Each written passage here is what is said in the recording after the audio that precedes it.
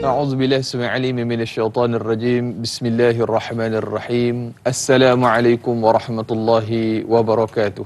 Alhamdulillah, alhamdulillah wassalatu wassalamu ala Rasulillah wa ala alihi washabbihi wa man wala. Allahumma shalli ala sayyidina Muhammad wa ala alihi washabbihi wa man tabi'ahum bi ihsan ila yaumiddin. Amma ba'du. Alhamdulillah, pertama dan selamanya dan senantiasa marilah sama-sama kita rafakkan syukur kehadrat Allah Subhanahu wa taala. Alhamdulillah, tuan-tuan dan puan-puan, ibu-ibu, ayah-ayah bakal penghuni syurga Allah Subhanahu wa taala. Kembali kita bersua dalam Tanyalah Ustaz, biar tahu jangan keliru.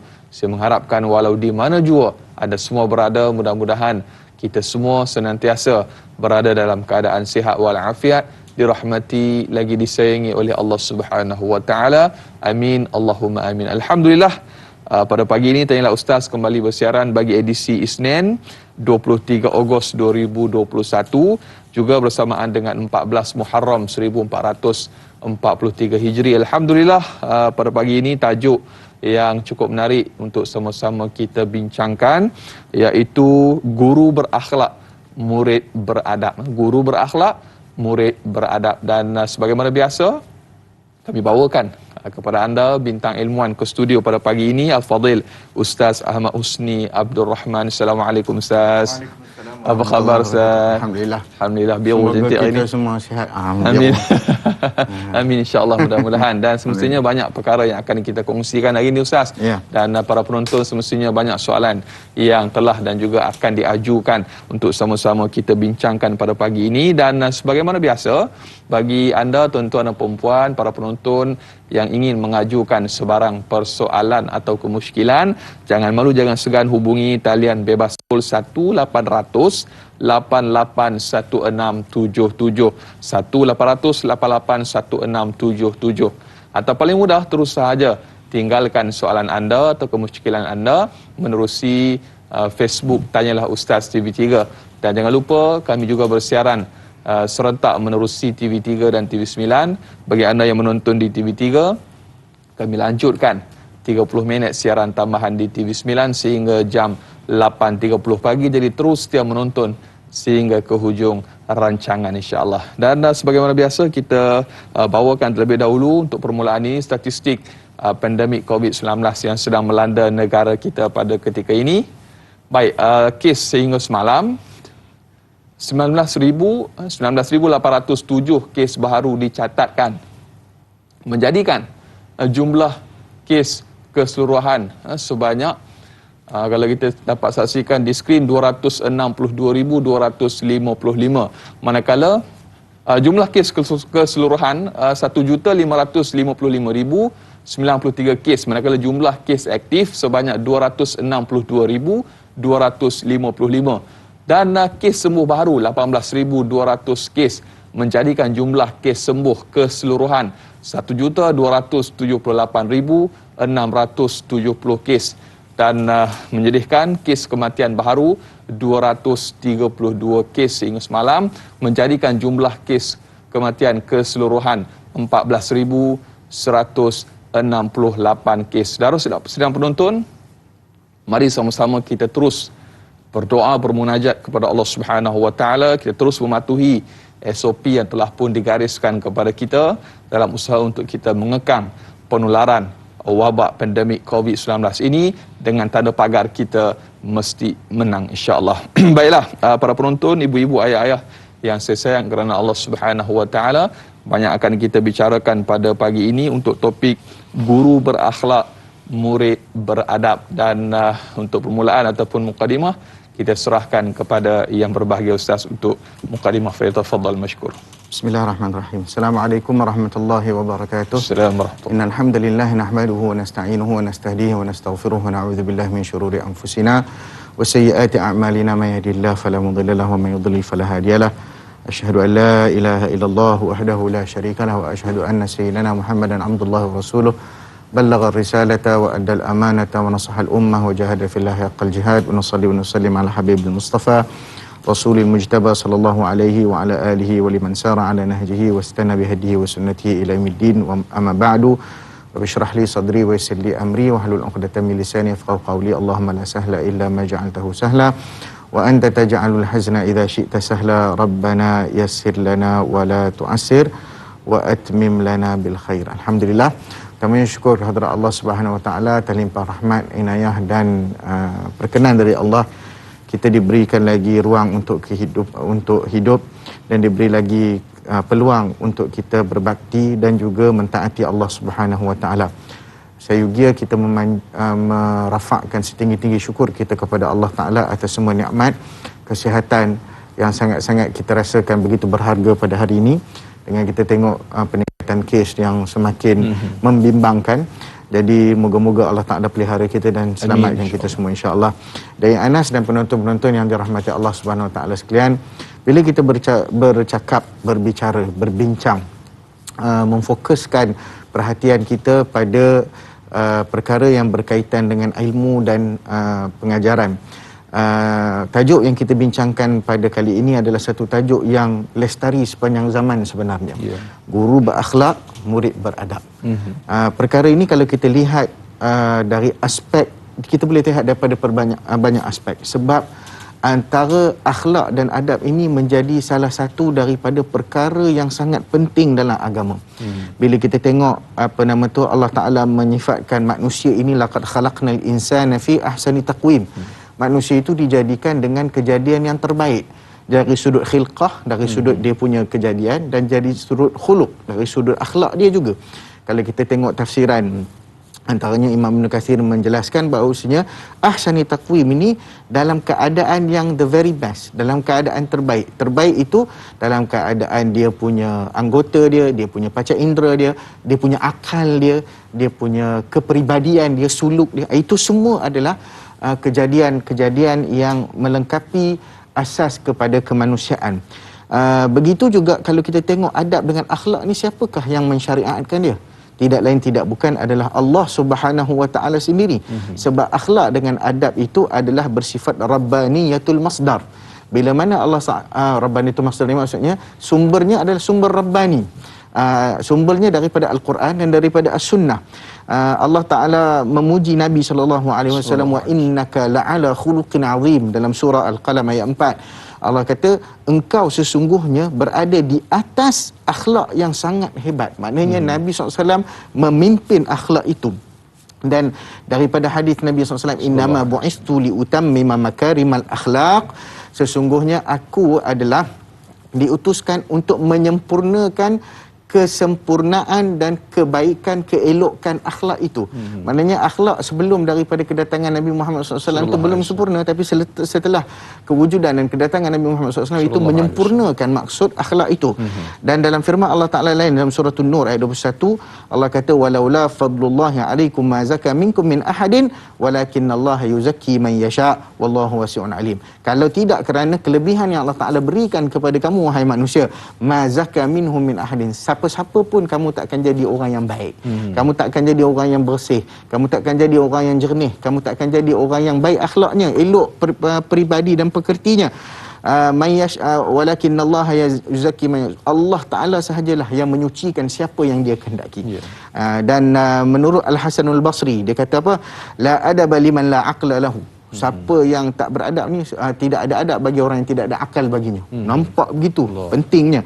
Wala muru'ata liman la himmata lahu. Panjang lagi kata-katanya. Dan ahsanul hasan al khuluqul hasan. Sebaik-baik kebaikan adalah akhlak yang baik. Itu kata-kata Imam Hasanul Basri. Dalam pepatah Melayu juga, kita bagi semua. Dalil bagi ke semua. Dalam pepatah Melayu juga kata, adat muda menanggung rindu, adat tua menahan ragap. Nampak? Adab tu.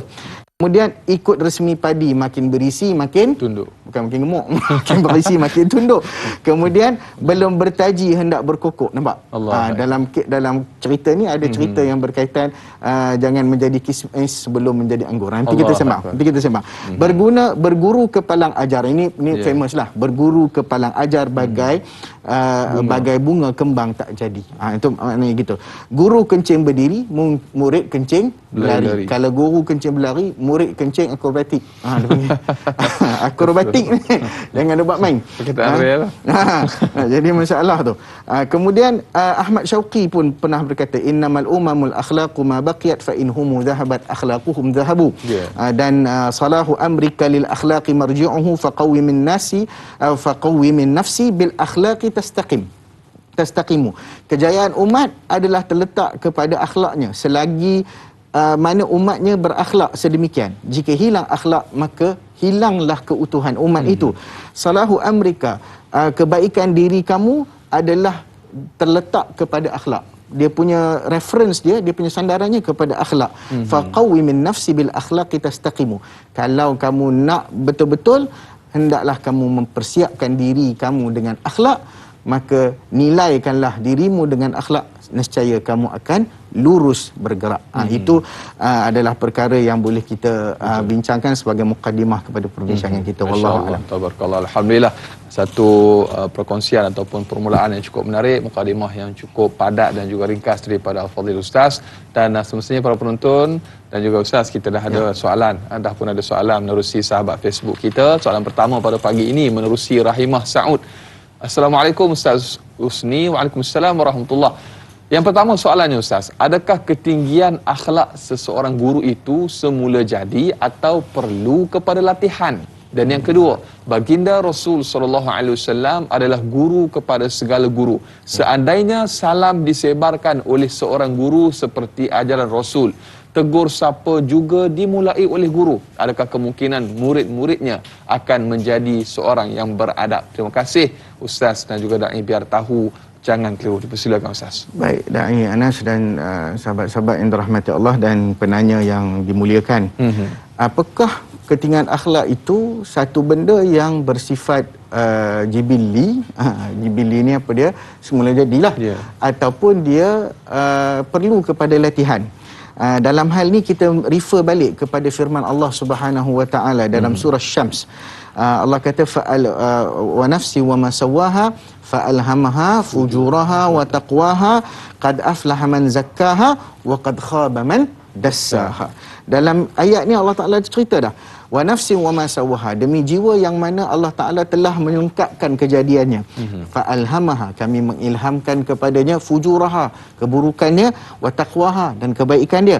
Qad aflaha man zakkaha, berbahagialah, bergembiralah, berjayalah orang yang menyucikan dirinya. Wa qad khaba man dassaha, maka rugi dan sangat kecewalah bagi orang yang meruntuhkan dirinya. Kat sini kita faham bahawasanya bila Allah kata fa'alhamaha fujuraha wa taqwaha tu, dia ada dua.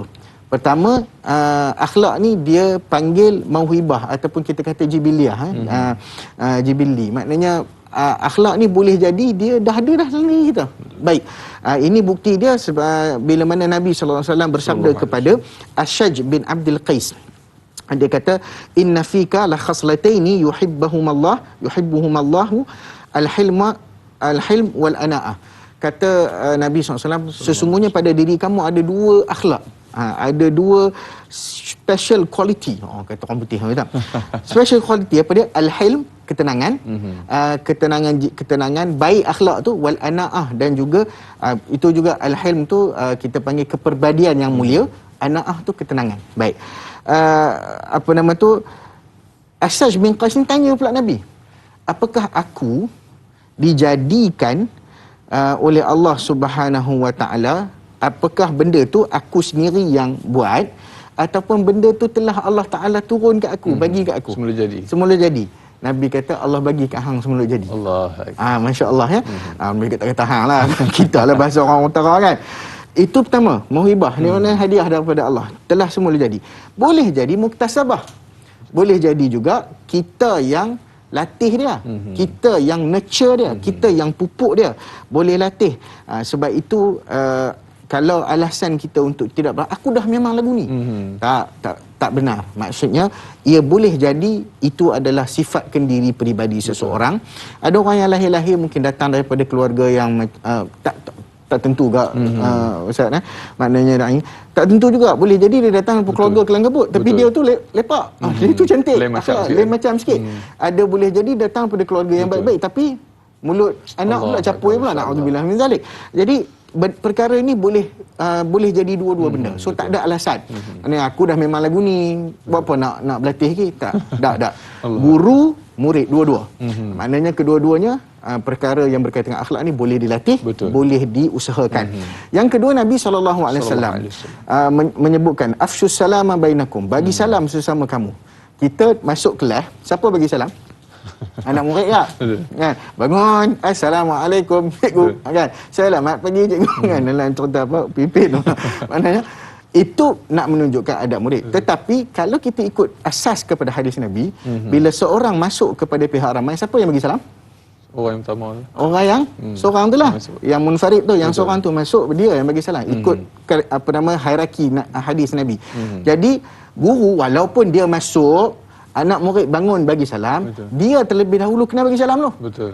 Masuklah kelas, assalamualaikum. Kan? Ataupun kalau ada kelas bukan assalamualaikum, salam sejahtera semua. Lepas tu budak nak bangunlah, tak apalah. Yang formal tu buat kemudian. Yang duk besok buat tu buat kemudian. Tapi cikgu bagi salam dulu. Ataupun dia panggil gurunya tegur siapa dulu. Assalamualaikum, apa khabar anak-anak. Bila guru buat, dia akan menjadi satu budaya yang dipaskan, diwariskan kepada anak murid. Sebab anak murid ni, guru ni adalah ibarat ibu bapa kedua kepada anak-anak murid. So apa sahaja tindak tanduk yang dilakukan oleh guru akan menjadi inspirasi kepada anak murid. Betul. Allahu akbar, masya-Allah, tabarakallah. Sebagaimana pepatah yang Ustaz sebut tadi, guru kencing, bukan itulah yang bapa boy anak rintik. Tapi apa nama yang ada satu lagi Ustaz, apa ketam mengajar anaknya berjalan betul. Ibarat ketam mengajar anaknya berjalan betul, masya-Allah. Kita nak berjeda seketika Ustaz, banyak lagi yang akan kita kongsikan dan juga soalan yang dihantarkan, insya-Allah kita akan kupas selepas ini. Jadi terus setia menonton Tanya Ustaz, biar tahu jangan keliru.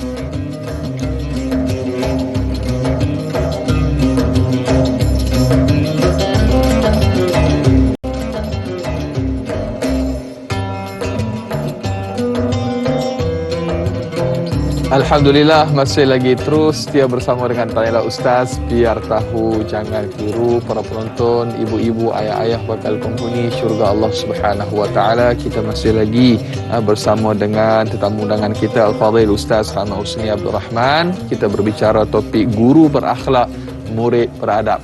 Jangan ingat kita belajar online ataupun dalam talian ataupun di dalam menerusi kaca TV ni kita tidak perlu menjaga adab juga Ustaz. Ini pun perlu ditekankan juga, dan semestinya dengan jalan adab lah mudah-mudahan keberkatan sesuatu ilmu itu kita akan peroleh insya-Allah. Dan kita nak teruskan lagi Ustaz dengan kita raikan soalan yang berikutnya menerusi sahabat Facebook kita Hana Wanci yang bertanya. Assalamualaikum warahmatullahi wabarakatuh. Waalaikumsalam warahmatullahi. Soalan yang pertama, apakah ciri-ciri yang perlu ada kepada seseorang guru untuk menerapkan ciri-ciri murni, kerana guru merupakan orang yang penting dalam pembentukan diri seorang pelajar dan pelajar merupakan bakal pemimpin di masa hadapan. Dan yang kedua soalannya Ustaz, bagaimanakah untuk membentuk sahsiah diri seorang murid, kerana kita sering terdengar isu permasalahan akhlak, agar patuh dengan disiplin dan maju dalam pelajaran serta menjadi murid contoh yang disegani rakan-rakan dan menjadi murid yang beradab serta menghormati guru. Mohon pencerahan Ustaz. Terima kasih Ustaz dan Da'i. Baik. Yang pertama sekali, ciri-ciri yang perlu ada dalam seorang guru. Dalam sebuah tulisan The Prophetic Ways of Muhammad sallallahu alaihi wasallam, maknanya bagaimana parenting berdasarkan gaya Nabi sallallahu alaihi wasallam. Menyifatkan tentang pembentukan ataupun ciri-ciri guru-guru yang baik. Sebab guru ni, sebelum saya teruskan kepada apa ciri-ciri dia, ciri-ciri ni banyak sangat, himpun pilah. Imam Ghazali ada sebut dalam Ihya Ulumuddin. Kemudian Ibnu Jamaah menyebutkan adab seorang murid.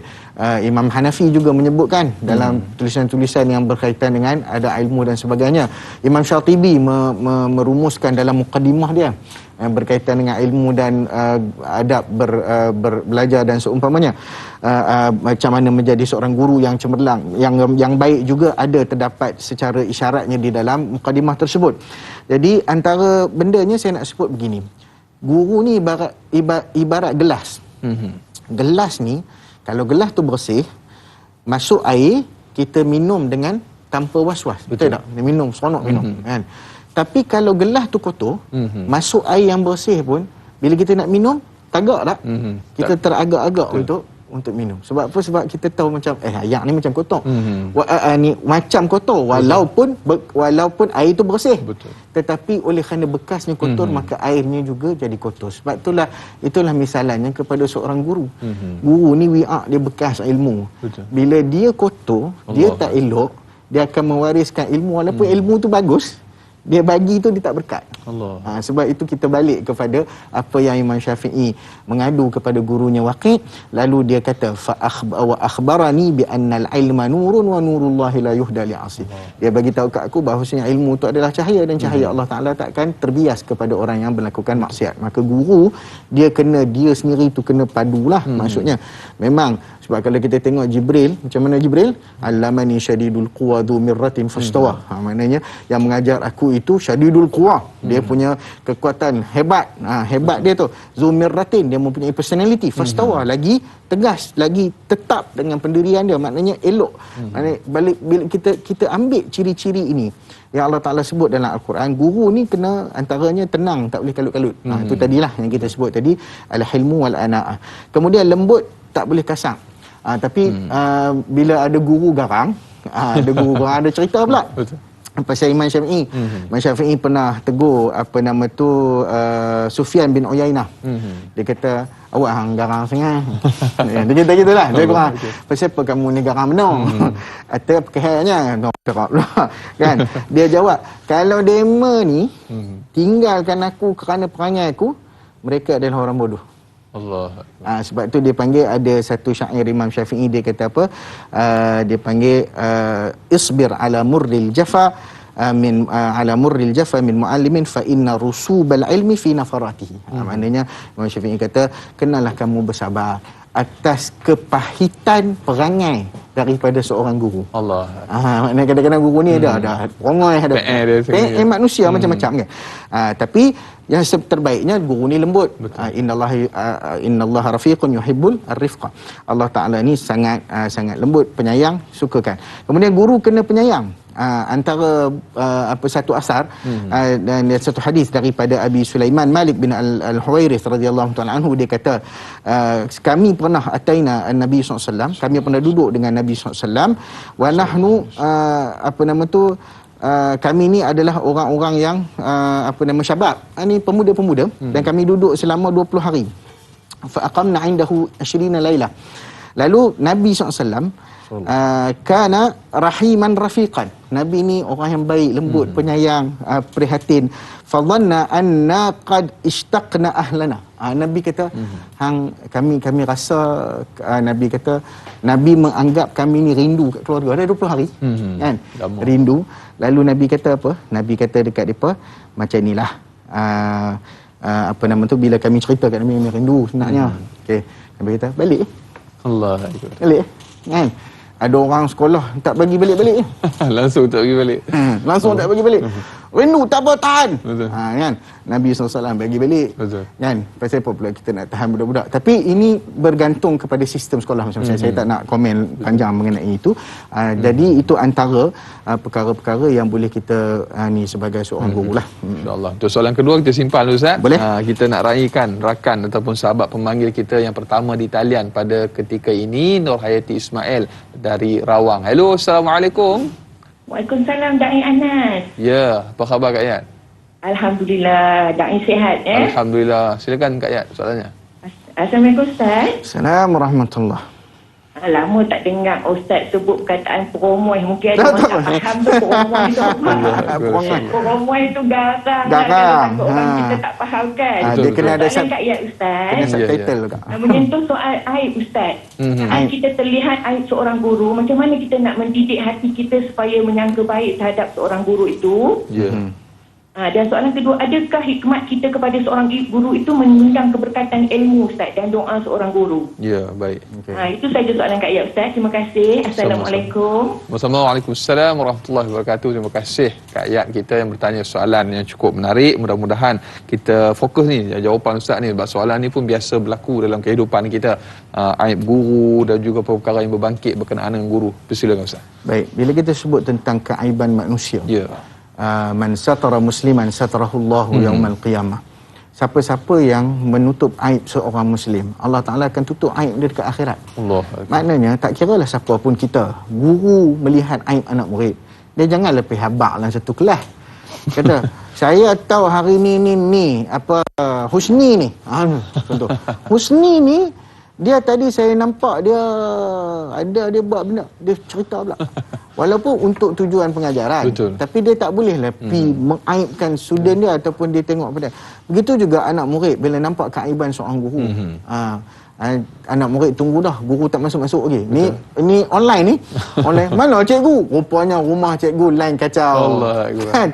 Anak murid kena sabar. Jangan cakap, cikgu ni asyik lambat ni. Apakah contoh yang boleh diberikan oleh seorang guru pada, tak payahlah biar pergi.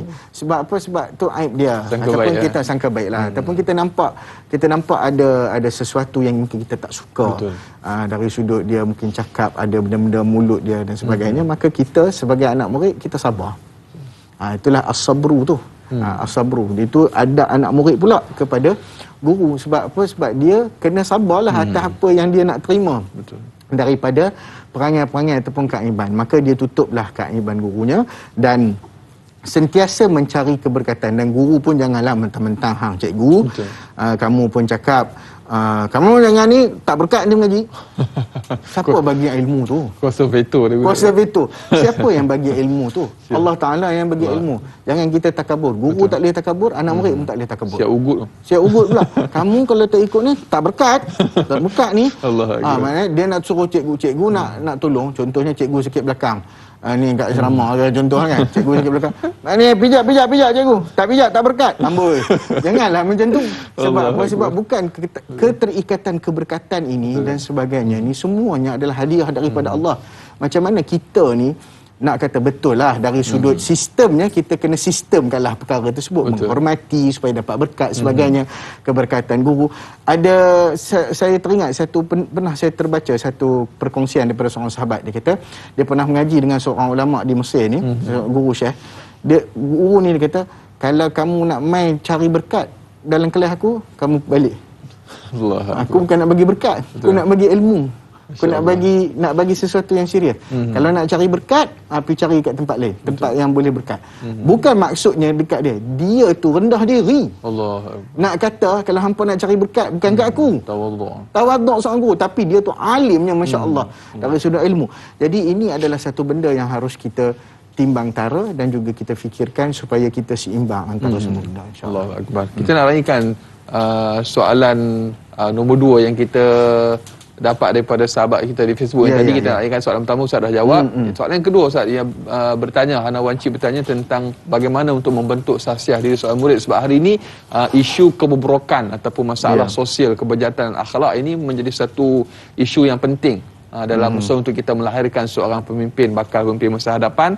Dan remaja lah, mereka lah golongan-golongan tersebut, Ustaz. Sedikit perkongsian daripada Ustaz. Baik, sebab itu dalam kita dalam pengajian ini, dalam sistem pendidikan ini, dia ada 3 benda. Dia ada yang disebut dalam konsep pendidikan tu, dia ada tarbiyah, dia ada ta'lim dan dia ada ta'dib. Ada 3 benda. Tarbiyah ini adalah satu perkataan yang sangat besar, big word. Dia datang daripada perkataan, boleh datang daripada raba yarbu yang bermaksud tumbuh, berkembang, compounding, bertambah dengan membiak dengan banyak. Dia boleh jadi daripada rabba yurabbi, daripada maksud kemudian pergi kepada maksud murabbi. Maknanya boleh jadi maksud membaiki, memimpin, menjaga, memelihara dan menguasai. Itu tarbiyah. Nombor 2 ta'lim, iaitu pengajaran. Maknanya apa prosesnya, apa pedagoginya. Kita ada silibus, kita ada dia punya sistem. Tapi apa pedagogi dia? Apa kaedah pengajaran? Apakah semua benda kena ajar? Kalau tengok dalam Ibn Qudamah Al-Maqdisi dalam Mukhtasar Minhajul Qasidin, dia kata, kamu ajar anak murid kamu benda yang mereka perlu tahu, bukan benda yang mereka kena tahu. Perlu dengan kena lain. Sebab perlu tahu adalah benda yang memang diperlukan untuk mereka beramal dengan dia. Itu datang yang peringkat yang ketiga, iaitu takdib. Syekh Hussein Al-Attas pernah kata, terhimpun ilmu, pada kalimah takdib ni, adab ni, terhimpun padanya ilmu dan amal. Betul. Maknanya ilmu dengan amal tu, natijah dia adalah adab. Jadi anak murid macam mana dia nak bentuk diri dia? Dia nak bentuk diri dia dengan, boleh yang pertama dengan sistem. Maknanya disistemkan. Contoh macam kita sekarang ni online. Disistemkan oleh sekolah ataupun guru. Mesti buka kamera. Mesti mute. Kalau dibenarkan bercakap, baru boleh bercakap. Saya teringat ada satu pengalaman saya dengan anak saya baru ni. Ada satu malam tu saya pun mengaji juga. Buka kelas lah yang saya mengaji tu. Buka, tiba-tiba dia tengok kami berbincang lah dalam kelas tu. Tapi tok guru kami tu, dia mengajak tu, dia kata, tok guru kami pun sempoi, dia bagi, siapa-siapa nak bercakap lah. Dia dah bagi kebenaran lah. Tapi mungkin anak kita duk tengok perangai kita kan. Jadi sambil tu ada dia tengok duk clear, saya buka dengan TV besar dalam rumah. Dia duk tengok, dia kata, dia perhati last kali saya bercakap.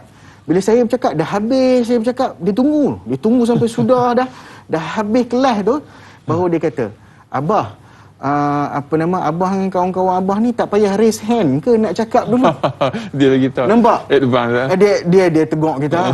Dia kata, hampa tak payah angkat tangan ke? Allah Akbar. Saya gelak. Merenggah orang kena. Gelak merenggah dulu. Ya Allah.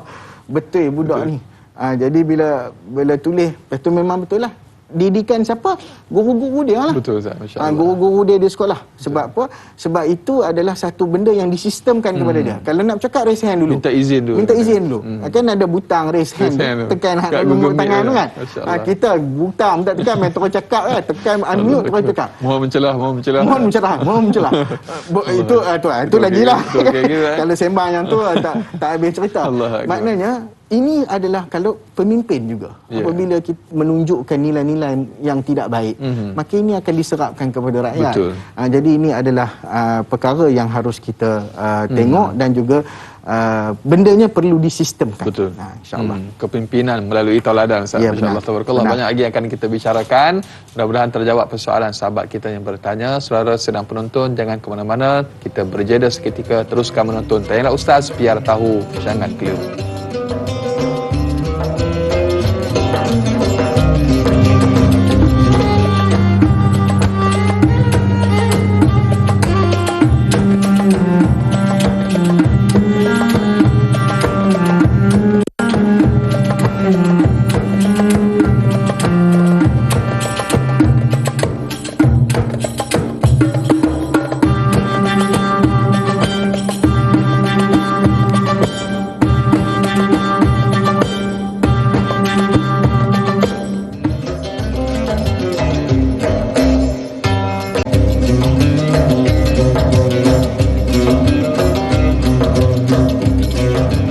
Alhamdulillah. Terima kasih. Kurang lebih tepat sejam kita bersiaran semestinya dalam Tanyalah Ustaz, biar tahu jangan keliru. Masih lagi kita berbicara topik guru berakhlak, murid beradab. Kita masih lagi bersama bintang ilmuwan kita Ustaz Ahmad Husni Abdul Rahman.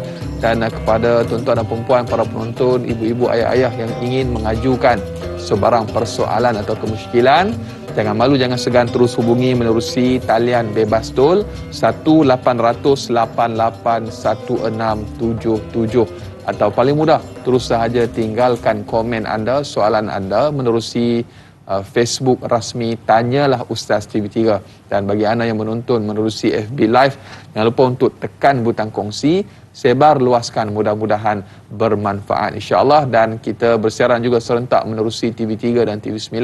Di TV9 kita lanjutkan siaran tambahan 30 minit sehingga jam 8.30 pagi. Jadi terus dia menonton sehingga ke hujung rancangan insya-Allah. Dan berikutnya Ustaz, kalau boleh kita raikan lagi soalan menerusi sahabat Facebook kita, Izara Zulaikha yang bertanya. Assalamualaikum Ustaz. Waalaikumsalam warahmatullahi. Soalan yang pertama, bagaimanakah untuk menunjukkan akhlak ketika mana berhadapan dengan guru yang bukan beragama Islam? Bagaimanakah adab-adab yang perlu dijaga oleh guru dan murid itu agar keharmonian dapat dicapai hatta walaupun berlainan agama. Dan yang kedua, bagaimanakah adab bagi seorang murid untuk menegur gurunya? Ini kerana kita sebagai manusia biasa pastinya melakukan kesilapan dalam pembelajaran. Tetapi bagaimana untuk menegur agar guru itu tidak berkecil hati? Dua soalan, Ustaz. Yang pertama sekali, etika dan akhlak bila kita berhadapan dengan guru bukan beragama Islam. Ya.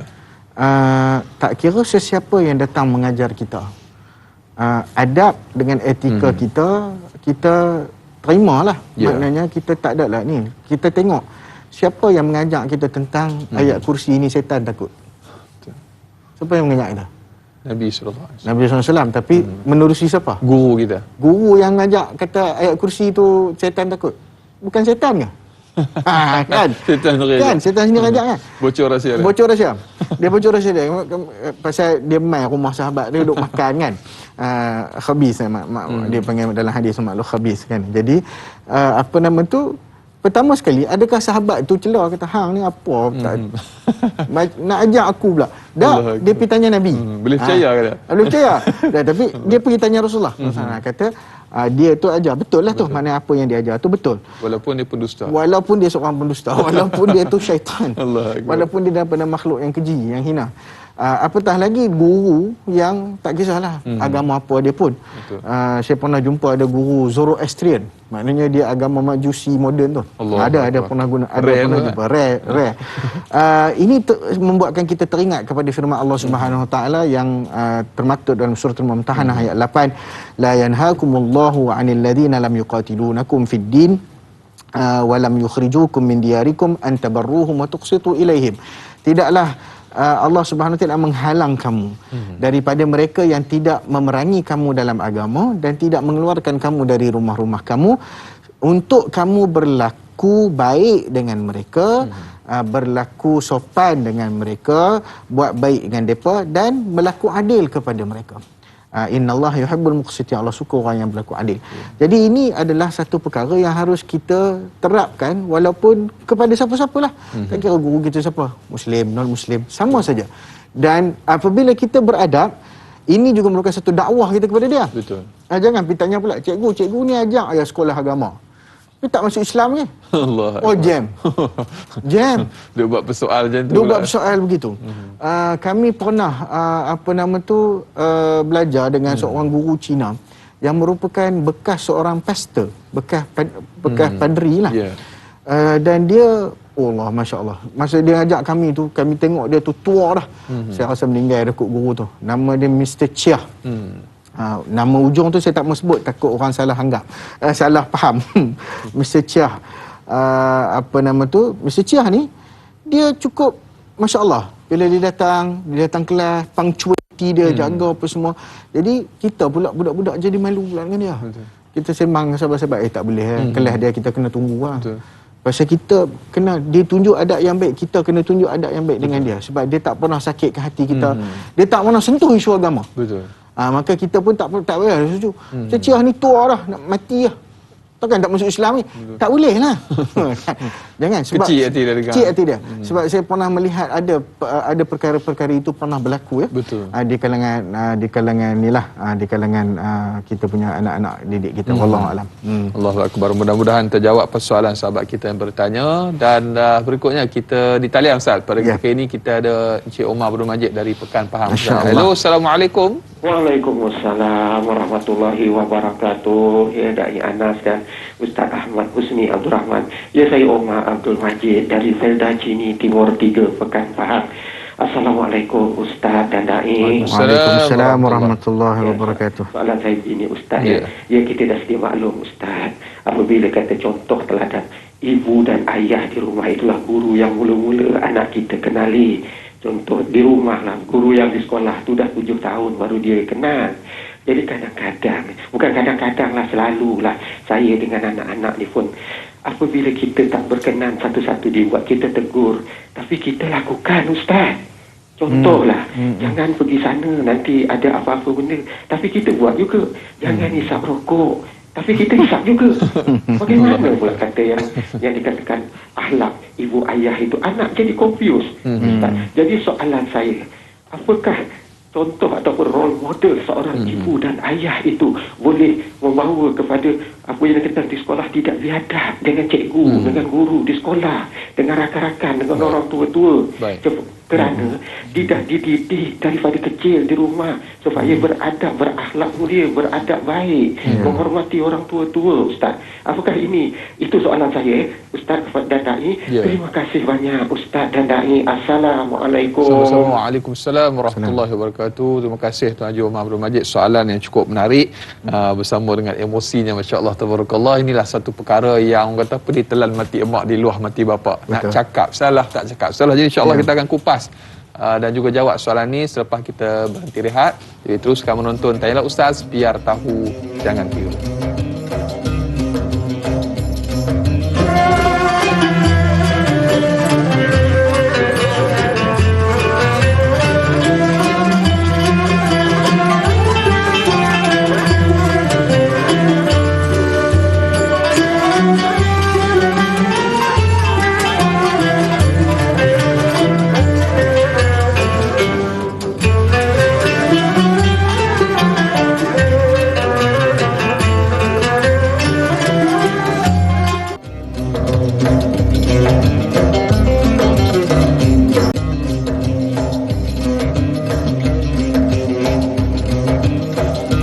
Alhamdulillah, masih lagi terus dia bersama dengan Tanyalah Ustaz, biar tahu jangan keliru. Berburu ke padang datar dapat rusa belang kaki, berguru ke palang ajar ibarat bunga kembang tak jadi. Itu antara kata-kata Allahyarham sastrawan negara Usman Awang, Ustaz. Masya-Allah tabarakallah, satu perkataan ataupun kata-kata yang cukup menarik untuk sama-sama kita hayati dan juga muhasabah, kerana kita masih lagi berkongsi dan juga berbicara topik pada hari ini, guru berakhlak, murid beradab, bersama dengan Al-Fadil Ustaz Ahmad Husni Abdul Rahman. Dan kita nak teruskan lagi Ustaz, kita nak menjawab persoalan sahabat pemanggil kita yang bertanya seperti tadi, Cik Omar Abdul Majid, tentang soalan didikan, orang kata apa, kepimpinan melalui tauladan, iaitu dari rumah sendiri Ustaz. Orang kata sekolah pertama untuk anak ialah ribaan ibunya Ustaz. Sedikit perkongsian daripada Ustaz. Baik, dalam hal ini kita kena jelas.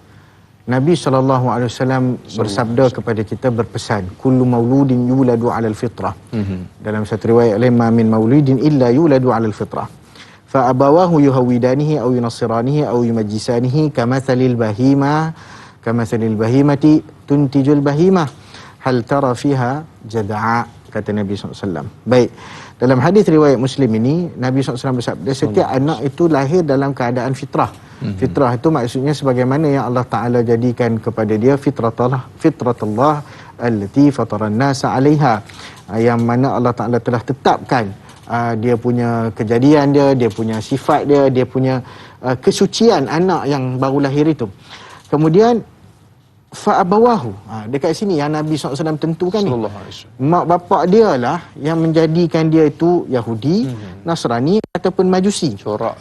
Corakkan dia tu. Okey, corak Yahudi ni ulama bincang, jadi agama ke? Kan? Kalau dia tu kenapa disebut Yahudi, Nasrani, Majusi? Kenapa dia tak sebut Islam? Betul. Yusallimanihi kan? Tak ada dalam senarai. Tak ada dalam senarai. Pasal apa? Sebab basicnya seolah-olah Nabi nak habaq kalau dia lahir dalam keluarga Muslim, sekalipun kalau didikan tak kena, jadi Yahudi budak ni. Gaya hidup dia Ustaz. Jadi Yahudi, jadi Nasrani, jadi Majusi, kan? Mungkin dia tak sembah, dia Majusi kan sembah api. Mungkin dia tak sembah api, tapi dia sembah benda lain. Kita Allah na'udzubillah. Dari sudut akidah tu satu, nombor satu. Dari sudut perangai, boleh jadi perangai Yahudi, boleh jadi perangai Nasrani. Perangai Yahudi apa? Putus asa, contoh, kan? Perangai Nasrani apa? Suka memesongkan ataupun menyalahkan siratal ladzina an'amta 'alaihim ghairil maghdubi 'alaihim waladdallin, kan? Ad-dallin, al-maghdub, Allah Taala sebut orang yang dimarah, golongan dimarah, golongan yang ni. Jadi kamathalil bahimah, seperti mana binatang. Bila lahir binatang tu, kamu tengok serupa ke?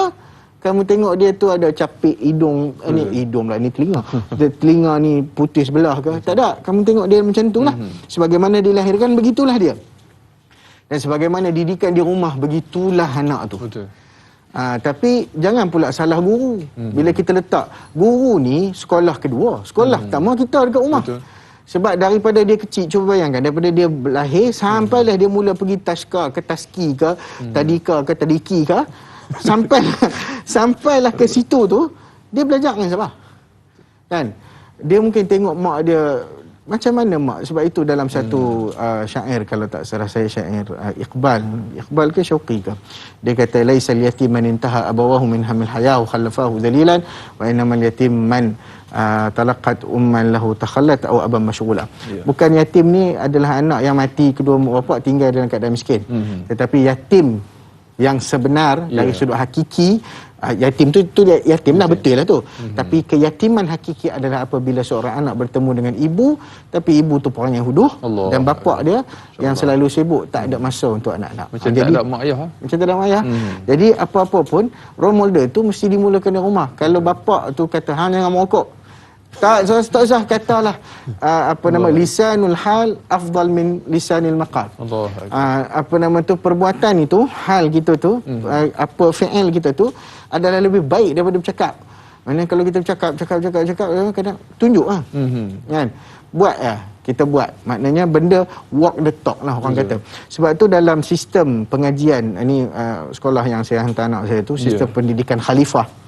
Dia ada tiga konsep, dia tiga pillar dia. Yang pertama, choose to be good. Pilih untuk jadi baik. Maksudnya, perkataan paling mahal sekali choose tu. Sebab kita yang pilih lah. Kita yang buat keputusan kita nak jadi lagu mana. Nombor 2, help others to be good. Tolong orang lain jadi baik. Nombor 3, keep the physical world good. Jaga dunia ini baik-baik. Allah Akbar. Maksudnya, kita kena pilih jadi baik sebab itu adalah pilihan kita, ikhtiar kita. Kalau kita tengok kenapa Allah Ta'ala sediakan azab, kenapa Allah Ta'ala sediakan pahala dan juga ganjaran. Sebab apa? Sebab itu adalah berdasarkan ikhtiar kita, pilihan kita. Masya Allah, tabarakallah. Mudah-mudahan terjawab persoalan sahabat pemanggil kita sebelah tadi. Dan berikutnya Ustaz, kita raikan lagi soalan menerusi Rohaya Arifin di Facebook. Assalamualaikum Ustaz Radai. Waalaikumsalam warahmatullahi. Semoga dalam kasih sayang Allah. Amin. InsyaAllah, mudah-mudahan. Baik, soalannya Ustaz yang pertama. Guru adalah ibu ayah kedua buat anak-anak. Ustaz kena sahkan kenyataan ini, insya-Allah. Lantas bila mana diterapkan akhlak yang mulia, memang indahnya kehidupan. Namun ada segelintir guru-guru yang menggunakan kekerasan dalam pembentukan akhlak anak-anak. Adakah ini jalan yang terbaik Ustaz? Dan yang kedua, adakah bagus juga jika guru selalu memuji anak-anak murid yang berjaya namun terkesan pada anak-anak yang kurang berjaya? Perlukah guru berbuat sedemikian? Dua soalan cukup menarik, Ustaz. Okey. Yang pertama sekali, bila kita panggil sistem, sistem pendidikan, apakah kekerasan jalan terbaik? Betul. Sebenarnya kekerasan ni last resort, pilihan terakhir, bukan pilihan pertama. Kerasnya kat mana? Betul. Saya ada seorang guru yang boleh saya sebutkan di sini, Ustaz Ismail Cikgu lah. Kalau ada sahabat-sahabat yang kenal. Kami dulu dididik dengan dia keras tak mana? Dia keras tan kejut kami bangkit subuh. Allah Akbar. Tu je dia keras. Dan ligan kami daripada Padang, dia bawa masuk dengan van dia, diligan kami. Pasal apa? Pasal tak reti nak berhenti kat maghrib dah. Allah Akbar. Paksi dia apa? Solat. Okey? Contoh, Nabi kata kalau tak solat umur 10 tahun buat apa? Otan kan? Kekerasan mula bila, walaupun ulama-ulama hadis tak beramal lah dengan hadis ni. Tidak beramal tu maksudnya bukan mereka tak setuju, tapi mereka tak menggunakan pendekatan tersebut. Antaranya Imam Ahmad sendiri tidak beramal dengan hadis tersebut. Maksudnya dia tak pukul lah. Maknanya dia tak guna pendekatan pukul. Tapi pukul boleh tak? Nabi boleh pukul lah. Sebab ketika itu perlu sebegitu. Dia perlu pada waktu dia. Keperluan mendesak. Keperluan yang mendesak. Pada ketika kekerasan diperlukan, maka kekerasan boleh digunakan. Tetapi bukanlah semua terbaik. Betul. Dia kena ada tempat dia lah. Janganlah pula pasal tak bangkit subuh, kamu kata, tak apa, bangkitlah. Ulama sebut, kalau terlena tak apa. Janganlah lagu tu. Janganlah setiap hari tak apa, jam. Maknanya pada tempat-tempat yang betul, pada tempat-tempat yang perlu, pada tempat-tempat ni, kekerasan kena. Tetapi pada keadaan yang banyak, tak ada lah kerah ni, maksudnya satu benda yang perlu kita jadikan sebagai pendekatan. Yang kedua, kalau kita contoh siapa kalau kita kata anak murid nakal? Betul. Siapa dalam dunia ni paling nakal sekali? Firaun. Betul. Tapi apa arahan Tuhan kepada Musa dan juga Harun bila pergi kepada Firaun? Idhhab ila fir'auna innahu tagha faqula lahu qawlan layyinan. Nah, Tuhan suruh buat apa? Pergi kepada Firaun, dia melampau. Tuhan kata Firaun tu melampau. Tak ada lah manusia paling kahak kata orang Kedah. Kan? Sebab kita terkesan juga dengan insiden berlaku di Kedah ni kan. Betul. Maknanya paling jahat kali tak ada dalam muka bumi ni Firaun. Tapi Allah suruh buat apa? Gunakan apa? Gunakan kelembutan. Allah. Faqula lahu qawlan layyinan. Pi bagi tahu habaq dia elok-elok. Tuhan kata la'allahu yatazakkar aw yakhsha. Moga-moga dengan itu dia sedar dan dia takut kepada Allah. Jadi ini adalah satu benda kalau kita nak cakap dari sudut pendekatan. Kemudian yang kedua, memuji. Puji pelajar baik ini. Kat sini kita kena ada keseimbangan. Tak adil lah. Tak adil. Sebab apa? Sebab apabila kita memuji, mungkin dalam pujian kita itu terhasil kepada pelajar-pelajar yang kurang bernasib baik macam dia akan rasa ke belakang. Betul. Sebab tu ada macam saya pengalaman ni saya melihat kepada apa yang dilakukan oleh sekolah anak saya lah. Sekolah Khalifah tu. Dia macam ni. Dia bukan memberi award atau hadiah kepada pelajar cemerlang saja. Tak. Tapi kepada pelajar-pelajar yang contoh pelajar ni tak bagus akademik, tiba-tiba ada peningkatan. Betul. Dia bagi award atas peningkatan. Allah. Nampak?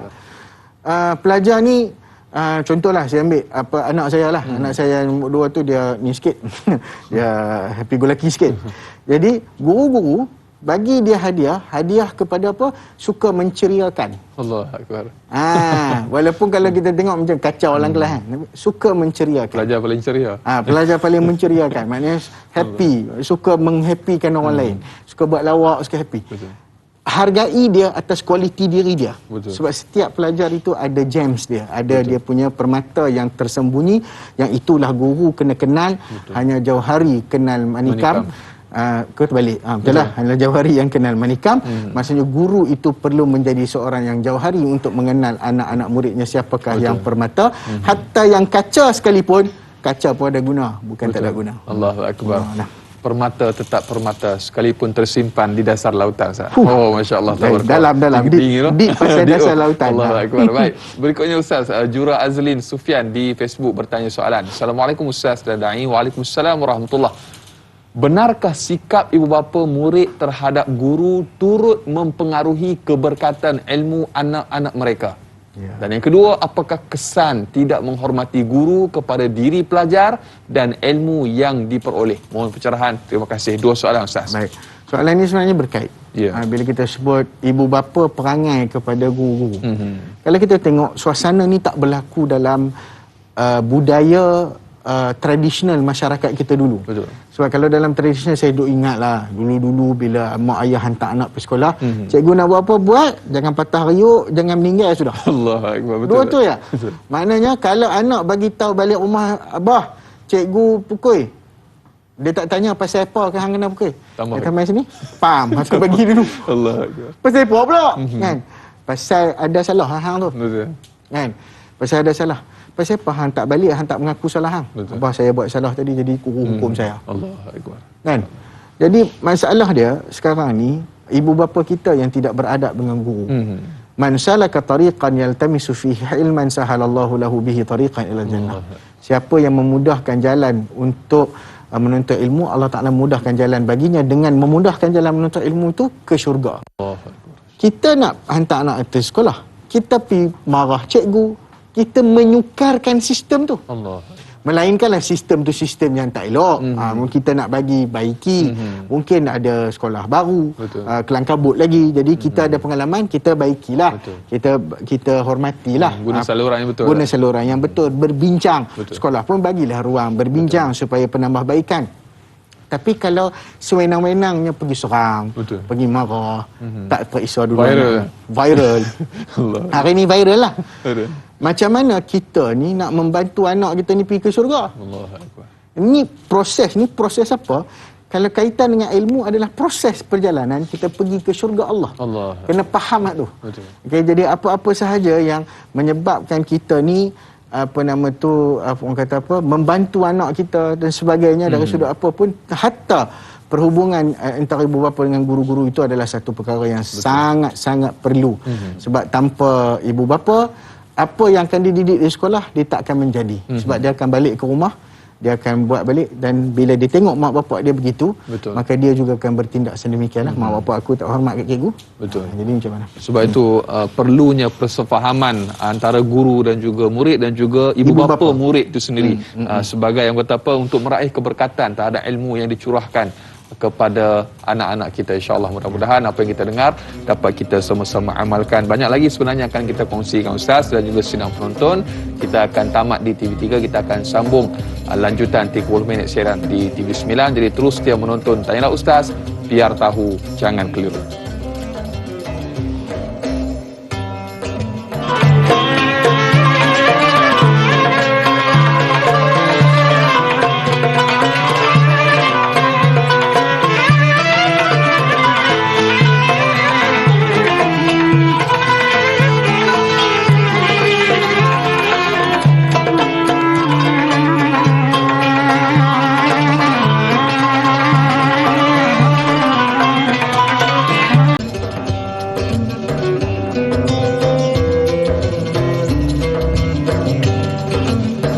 Alhamdulillah, masih lagi terus setia bersama dengan Tanyalah Ustaz, biar tahu jangan keliru, lanjutan 30 minit siaran tambahan di TV9.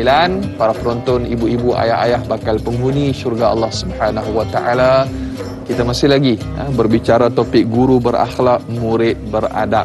Dan kita masih lagi bersama yang berbahagia Ustaz Ahmad Husni Abdul Rahman, dan telah pun banyak kita kongsikan, telah pun banyak soalan yang telah pun kita jawab, dan kita nak raikan lagi Ustaz. Tapi sebelum tu, bagi anda para penonton yang ingin mengajukan sebarang persoalan, hubungi 1800881677, atau paling mudah terus sahaja tinggalkan soalan ataupun komen anda menerusi laman Facebook Tanyalah Ustaz TV3, dan jangan lupa tekan butang kongsi, sebar luaskan, mudah-mudahan bermanfaat insya-Allah. Dan berikutnya Ustaz, kita raikan soalan menerusi sahabat Facebook kita Al-Syal yang bertanya. Assalamualaikum Ustaz. Waalaikumsalam warahmatullahi. Soalan yang pertama, bagaimanakah corak dan budaya orang terdahulu dan zaman era teknologi kini merubah adab seseorang, di mana kebanyakan zaman kini pelajar atau murid semakin mendominasi situasi kelas, seolah-olah mereka lebih berkuasa daripada guru mereka sendiri. Dan yang kedua, pembelajaran secara atas talian menjadi medium utama di musim pandemik kini, menyebabkan terhalangnya perjumpaan secara fizikal. Adakah ini prasyarat untuk tidak menghormati guru, dan ada sesetengah pelajar sanggup memfitnah dan memburukkan gurunya sendiri di media sosial akibat emosi dan dendam kepada guru tersebut? Serta di manakah nilai murni sebagai seorang pelajar yang sedang menuntut ilmu dengan gurunya? Masya Allah, tabarakallah. Ini antara isu-isu yang berbangkit, terutamanya di musim pandemik ni Ustaz. Sedikit penjelasan daripada yang bagus Ustaz. Baik, saya teringat satu kata-kata daripada Ustaz Fahrul Muhammad Joy. Dia pernah kata, teknologi mematikan budi. Allah. Maknanya memang sangat padulah. Dia ada kesan, teknologi ni ada kesan. Sebab apabila kita menggunakan peranti, gadget dan seumpamanya, perkara ni dia ada efek kepada orang kata kepada psikologi kita. Betul. Dia ada efek bila kita tengok sesuatu yang bersifat flashing kan, nampak kan, dia akan ada memberi kesan kepada emosi, kepada mental. Ini adalah perkara yang kita kena hadapi lah. Maknanya apabila kita menggunakan gadget seumpamanya. Kalau dulu tradisional mana ada gadget, tak ada apa, otak pun kecut sikit tak kajian. Otak pun kecut kan, lama terdedah kepada gadget. Jadi ini akan membentuk lah, dia akan memberi kesan.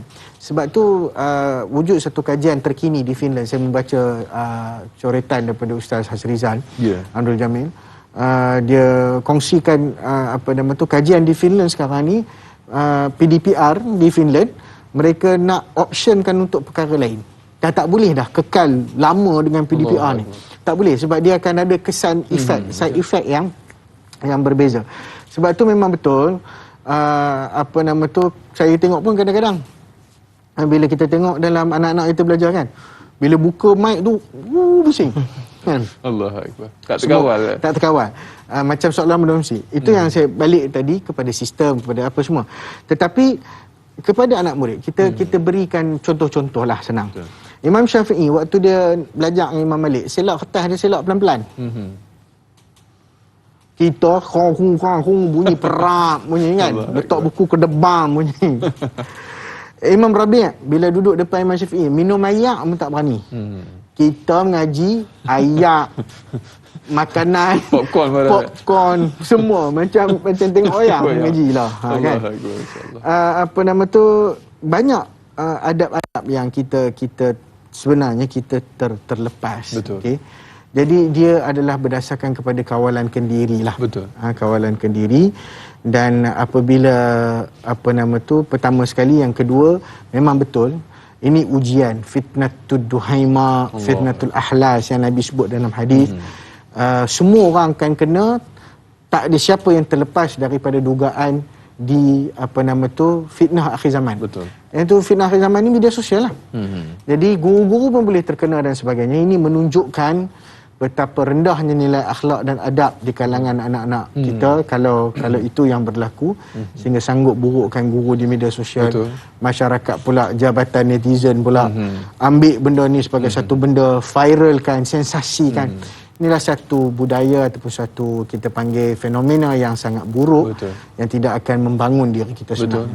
Maka kita kena hati-hati, dan ibu bapa juga kena memainkan peranan lah. Betul. Jadi portal-portal online juga perlu memain peranan juga Ustaz sebenarnya. Jangan mensensasikan. Maknanya kalau ada berita yang sensasi tu, kena ada satu wave lain pula yang menyeimbangi perkara tersebut supaya sebab kita bermain dengan algoritma sekarang ni kan, check and balance, check and balance. Dia perlu ada satu benda yang lain yang mengimbangi perkara negatif tersebut. Supaya sekurang-kurangnya mereka ada pilihan lah untuk membaca. Tidak hanya negatif sahaja yang disebarkan. Kalau di mahkamah juga kita ada pendakwa raya dan peguam bela tak? Jadi kena ada keseimbangan tu kena ada Ustaz. Masya-Allah, tabarakallah. Dan berikutnya soalan daripada sahabat kita juga di Facebook, Nur Dahlia Biru, Ustaz, kita raikan. Assalamualaikum Ustaz. Waalaikumsalam warahmatullahi. Adakah seseorang guru juga perlu menjaga akhlak dan mengawal emosi apabila berhadapan dengan murid yang bermasalah? Mungkin ada murid-murid yang menghadapi masalah dalam keluarga, kurangnya didikan dan kurang kasih sayang daripada ibu bapa, yang mungkin menyebabkan murid itu tidak beradab sewaktu bersama dengan guru. Mohon pencerahan Ustaz. Terima kasih. Biar tahu, jangan keliru Ustaz. Masya-Allah, tabarakallah. Ya, inilah yang disebut sebagai konsep yang kita ada dalam konsep, kalau kita belajar tentang konsep-konsep termasuk konsep usrah dan sebagainya, dia ada elemen at-tafahum. Dia ada elemen at-ta'awun, at-takaful, at-tafahum. At-tafahum ni adalah bermaksud kita saling memahami. Ya ayuhan nas, inna khalaqnakum min zakarin wa unsa wa ja'alnakum syu'uban wa qabaila lita'arafu. Wahai manusia, kami jadikan kamu pelbagai, maknanya inna khalaqnakum, daripada lelaki dan perempuan. Lelaki perempuan tu ada dua polarisasi jantina berbeza. Kan? Baca buku John Gray tu kan, men are from Mars, women are from Venus. Maknanya planet lain-lain, perangai lain-lain. Jadi hak tu pun Tuhan beza dah. Walaysa dzakaru kal unsa, lelaki tak sama dengan perempuan. Kemudian Allah kata pula, kamu dijadikan syu'uban, bermasyarakat, banyak masyarakat, wa qabail, banyak kabilah, banyak kaum, banyak puak. Jadi tujuannya lita'arafu, untuk kamu saling kenal. Jadi antara mekanisme seorang guru, dia perlu seek to understand then to be understood. Kena faham dulu. Ni konsep at-tafahum dalam Islam ni, memahami keadaan pelajar. Nabi sallallahu alaihi wasallam dia akan memastikan suasana pembelajaran yang berlaku pada sistem Nabi SAW itu, sahabat-sahabat dia kena bersedia untuk terima ilmu. Kalau tak bersedia, Nabi tak bagi. Maknanya dalam keadaan itu. Jadi konsep memahami. Tadi kita sebut hadis tentang sahabat yang rindu kepada keluarga di rumah. Betul. Jadi faham benda tu. Itu adalah sebahagian daripada konsep memahami pelajar.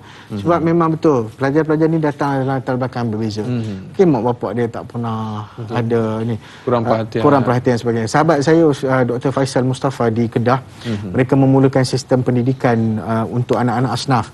Beliau berkongsi dengan saya, bila kita tengok anak-anak asnaf ni perangai macam-macam. Latar belakang macam-macam, perangai macam-macam. Jadi macam mana kita nak gabung jalinkan depa? Sebab asnaf ni antara benda yang melatari dia punya emosi dia punya fizikal dia punya psikologi dia adalah keadaan keluarga dia. Betul. Kan? Keluarga kat rumah berantakan, ni tak ada duit, ayah kadang mabuk apa semua kan. Depa tak dapat sistem yang sama, tak dapat peluang yang sama. Sistem yang ada pun memberi peluang hanya kepada pelajar cerdik, pelajar pintar. Betul. Mereka yang tertinggal ni tak ada peluang untuk mengaji, tercicir. Jadi apakah mereka ni tak berhak menerima pelajaran? Betul. Jadi sistem ni saya pinjam sahabat saya punya pengalaman ni, maknanya sistem di Kedah tu mereka telah buat satu sistem sekolah asnaf untuk bukanlah kata memberi ruang, memberi peluang kepada mereka dengan pertama sekali untuk kita faham depa, kita tengok latar belakang dia. Guru jangan cepat terlalu tergopoh kapah, terlalu gelojoh ataupun terlalu kita kata bersifat judgemental, ataupun bersifat terlalu cepat menghukum sehingga menyebabkan proses pembelajaran itu atau proses tarbiyah itu tidak dapat dilaksanakan. Betul. Allahu Akbar. Ibarat menarik rambut dalam tepung jangan berserak, rambut jangan terputus. Masya-Allah, tabarakallah. Dan kita nak raikan soalan berikut, tapi sebelum tu Ustaz kita berehat ataupun berjeda sekali lagi. Jadi terus setia menonton Tanyalah Ustaz, biar tahu jangan keliru.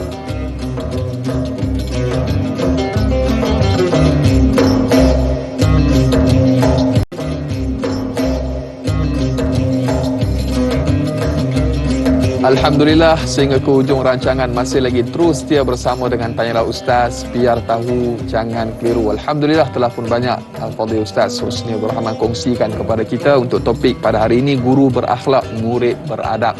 Dan kita nak terus sekali Ustaz, di kesempatan terakhir ini, di blok terakhir ini kita nak kongsikan, kita nak raikan soalan yang berikutnya daripada sahabat kita di Facebook, Amni Fazman, yang bertanya, Assalamualaikum Ustaz. Waalaikumsalam warahmatullahi. Maaf, saya nak bertanya, sekiranya sesuatu sekolah tersebut telah menyusun sistem yang menjaga bab ikhtilat dan kelas antara lelaki dan perempuan juga diasingkan, namun ada satu kelas yang dicampur lelaki dan perempuan atas faktor aliran yang diambil. Persoalannya Ustaz, adakah dikira tidak beradab dengan guru seandainya pelajar kelas tersebut yang campur lelaki dan perempuan itu tidak menyalakan kamera ataupun tak on kamera lah, dan kurang respon kerana rasa kekok dan tidak rasa selesa apabila pembelajaran secara maya dijalankan?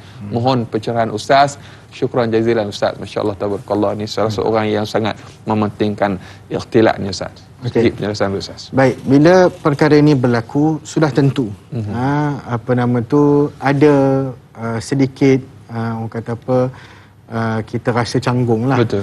Apabila ada kelas yang bercampur dan guru-guru minta on. So yang pertama sekali, kalau itu diperlukan, maka yang pelajar perempuan, lelaki kena bersikap profesional lah. Yang perempuan pakailah tudung, sempurnakan penutupan aurat dan sebagainya. Lelaki pun sama. Okey, itu yang nombor satu. Kalau perlu lah. Kalau tak dapat, boleh berbincang dengan guru. Maknanya selotok lah. Maknanya mungkin gunakan medium, apa-apa medium sahaja. Bincang, bagi tahu guru, boleh tak saya minta izin untuk saya tak on kamera, saya rasa tak selesa. Dan mungkin perkara ni boleh dijadikan sebagai satu benda. Mungkin ada orang jenis yang suka bahasa budak-budak kata skodeng kan.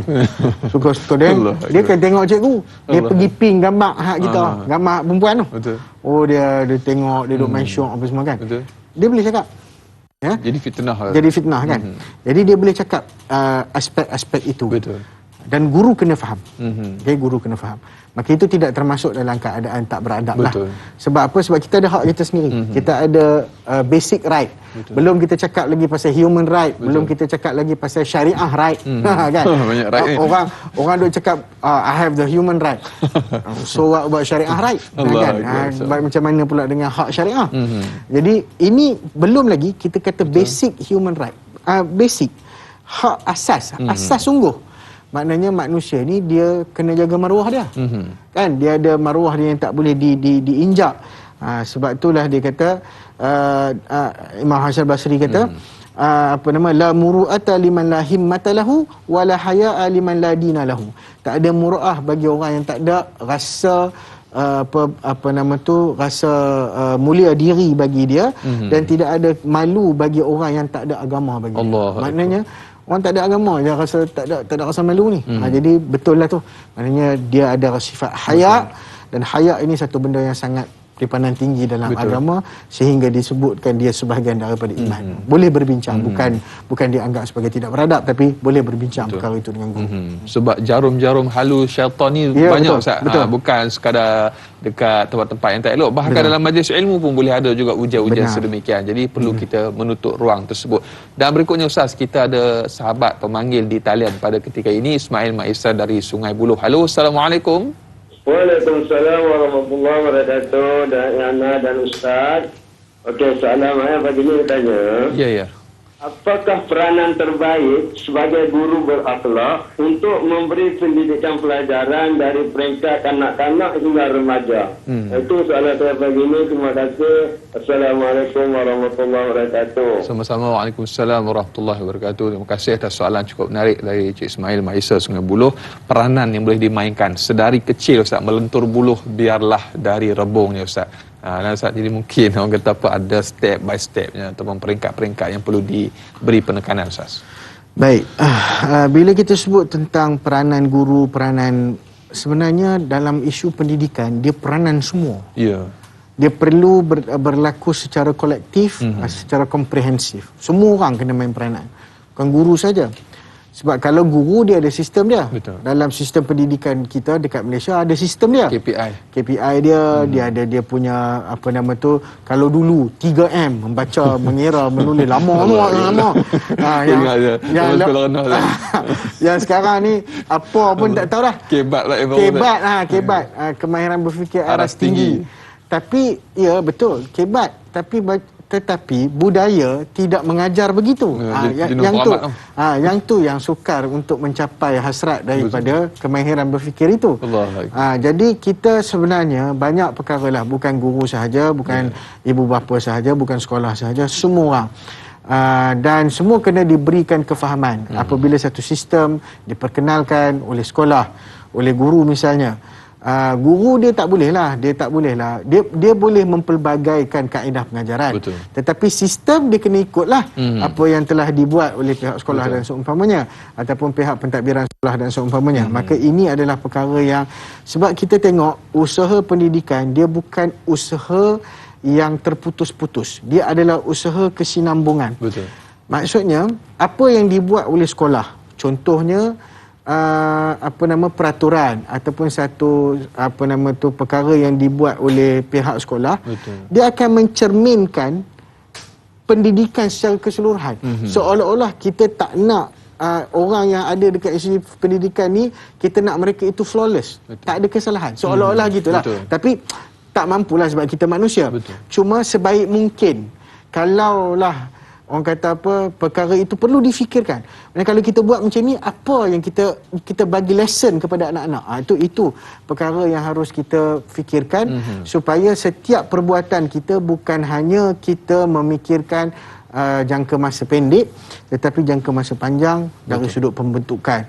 Bermula daripada tadika ni macam jenis tadika kita ada lah ni, macam sistem. Ni sistem tu, ni sistem Montessori, ni sistem sana. Sistem mana yang terbaik? Apakah sistem Islam yang terbaik? Soalan yang kedua, apakah yang menjadikan pendidikan itu Islam? Apakah yang menjadikan pendidikan itu sebagai, apakah dia tu Islam? Islamnya pendidikan tu tang mana? Tang silibus ke? Tang silibus ke? Dekat silibus dia ke? Besok lagi tanya soalan Piramli pula. Apa di nikah di keris nikah kan. Kekuatan hang tuah tu di mana? Di keris nikah huruf ta kan. Itu sebenarnya satu satira yang kena kepada kita. Mendalam tu. Mendalam. Kalau kita bicara tentang soal Islamiyatul Ma'rifah, the Islamization of knowledge kan. Dan kita bicarakan soal pendidikan Islam. Pendidikan Islam tu kat mana Islam dia? Betul. Islamnya pada metod ke? Islamnya pada contoh ke? Islamnya pada silibus ke? Kalau Islam pada silibus tapi ustaznya perangai huduh, cakap tak elok, kan? Ustaz dia tu, ya Allah, kalau kita tengok kan, cakap dengan apa nak tinggi suara, bengihnya dengan ustaz gini. Kan orang kata ustaz gini. Maknanya tak selari. Betul. Maka di situ kita tak namakan pendidikan Islam. Contohnya. Betul. Sebab pendidikan Islam ni mesti menyeluruh. Islamnya udkhulu fis silmi kafah. Orang kata dah masuk Islam keseluruhan, maknanya sistem kena Islam, pedagogi kena Islam, silibus kena Islam, akhlak kena Islam, semua kena Islam. Dia tak akan jadi kalau silibus saja Islam tapi akhlak guru, perangai guru, anak murid dan sebagainya, kaedah pengajaran, intipati, message tidak Islamik. Allahu Akbar. Kita nak sentuh sikit Ustaz sebelum kita tamat ni, realiti pendidikan alah baru Ustaz, terutamanya di zaman ataupun musim pandemik COVID-19 yang sedang melanda ni telah merubah 360 darjah pendidikan Ustaz, yang mana dah tak ada sekolah dan sebagainya secara fizikal. Jadi bila berlakunya perkara ini, cabaran juga untuk guru yang ada tuntutan, kewajipan kepada keluarga dan sebagainya. Mungkin sedikit saranan Ustaz, dengan emosi kita pada ketika ini sedang berjuang dengan dalaman kita sendiri, mungkin sedikit panduan dan juga tunjuk ajar kepada Ustaz. Yang pertama sekali, saya sendiri bukan premis seorang guru. Okay. Dari sudut kita panggil profession dan sebagainya. Tetapi saya bercakap berdasarkan pandangan sudut pandang ibu bapa. Bila kita sebut tentang pendidikan, maka di sinilah cabaran kita. Cabaran kepada guru-guru, cabaran kepada anak murid, untuk kita memastikan suasana pendidikan kita itu dapat memberikan yang paling baik dalam masa paling singkat. Saya pernah membaca satu buku yang bertajuk The 1 Minute Presenter. Maksudnya, orang yang boleh menyampaikan semua benda dalam 1 minit sahaja. Maknanya mematuhi masa. Contohnya kita ada satu projek, kita nak bentang kepada board of director. Board of director panggil kita masuk, you have 5 minutes. Kita nak siapkan benda tu 5 hari. Nak sembang 5 minit lah. Apa benda yang paling penting untuk kita sebut? Benda paling crucial. Tengok pada hadis-hadis Nabi.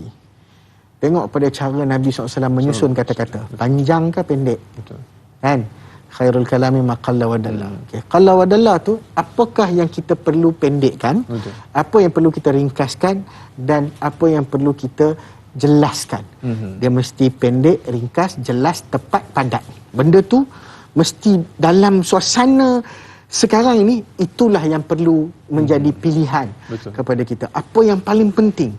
Dan bagaimana benda itu, kadang-kadang satu benda yang dalam masa seminit dua itulah yang mengubah anak-anak kita ataupun mengubah pelajar kita menjadi yang lebih baik. Saya kira Ustaz, mungkin atas faktor itu juga orang nak cepat wujudnya aplikasi TikTok yang menjadi kegilaan ramai pada ketika ini Ustaz. Tapi aplikasi TikTok ni itulah satu masalah dia pula. Cabaran dia adalah dia terlalu ringkas. Sehingga menyebabkan mungkin berlakunya salah faham. Sebab tu ringkas tu boleh, tetapi perlu ada kita panggil ketepatan pada keringkasan tu. Saya jadi bukanlah sebagai alasan nak kata cikgu-cikgu kena buat TikTok semua. Allah subhanahu. Pakat duduk berjoget dalam tu. Pakat duduk berjoget dalam kelas. Jadi kita apa-apa pun media yang kita gunakan, pastikan ianya tidak melanggar etika, tidak melanggar ini dan sebagainya. Ringkas, perlu ringkas, tetapi biarlah perkara yang orang kata menepati pada keadaan dan ketikanya. Allahu Akbar. Ada satu je kebimbangan Ustaz, hilang fiqh guru tu. Masya-Allah. Cikgu kalau tak salah dia nak buat TikTok, tapi yalah, janganlah sampai kita kata budaya itu bukan perlu diserap semuanya.